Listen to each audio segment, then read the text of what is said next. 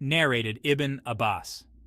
Somebody said to the Prophet during his last Hajj, "I did the slaughtering before doing the Rami." The Prophet, peace be upon him, beckoned with his hand and said, "There is no harm in that."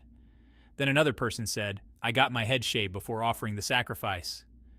The Prophet, peace be upon him, beckoned with his hand, saying, "There is no harm in that." Sahih al Bukhari 84. Narrated Abu Huraira. The Prophet, peace be upon him, said, "Religious knowledge will be taken away by the death of religious scholars. Ignorance in religion and afflictions will appear, and Harj will increase." It was asked, "What is Harj, O Allah's Messenger?"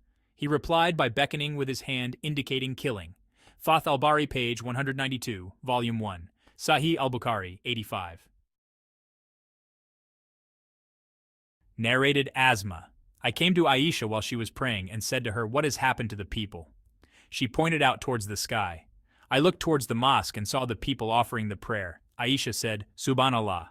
I said to her, "Is there a sign?" She nodded with her head, meaning, yes. I too then stood for the prayer of eclipse till I became nearly unconscious, and later on I poured water on my head. After the prayer, the Prophet, peace be upon him, praised and glorified Allah, and then said, "Just now at this place I have seen what I have never seen before, including paradise and hell. No doubt it has been inspired to me that you will be put to trials in your graves, and these trials will be like the trials of Masih ad-Dajjal, or nearly like it." The sub-narrator was not sure which expression Asma used. You will be asked, "What do you know about this man, the Prophet Muhammad?" Then the faithful believer, or Asma said a similar word, will reply, "He is Muhammad, Allah's messenger, who had come to us with clear evidences and guidance, and so we accepted his teachings and followed him. And he is Muhammad, and he will repeat it thrice. Then the angels will say to him, 'Sleep in peace, as we have come to know that you were a faithful believer.'" On the other hand, a hypocrite or a doubtful person will reply, "I do not know, but I heard the people saying something, and so I said it." Sahih al Bukhari 86. Narrated Abu Jamra. I was an interpreter between the people and Ibn Abbas. Once Ibn Abdul Qais came to the Prophet, peace be upon him, who asked them, "Who are the people, or who are the delegates?" They replied, "We are from the tribe of Rabi Abdul Qais. Neither will you have disgrace, nor will you regret." They said, "We have come to you from a distant place, and there is the tribe of the infidels of Mudar, intervening between you and us, and we cannot come to you except in the sacred month.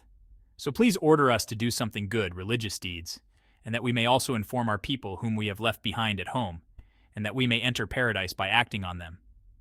The Prophet ordered them to do 4 things, and forbade them from 4 things. He ordered them to believe in Allah alone, the Honorable, the Majestic, and said to them, "Do you know what is meant by believing in Allah alone?" They replied, "Allah and his apostle know better." Thereupon the Prophet, peace be upon him, said, "That means to testify that none has the right to be worshipped but Allah, and that Muhammad is his apostle, to offer prayers perfectly, to pay zakat, to observe fast during the month of Ramadan, and to pay al-Kumus, 1/5 of the booty to be given in Allah's cause." Then he forbade them 4 things, namely Aduba, Hantam, Muzafet, and An-Nakir or Mukayyar. These were the names of pots in which alcoholic drinks used to be prepared. The Prophet, peace be upon him, further said, "Memorize them, these instructions, and tell them to the people whom you have left behind."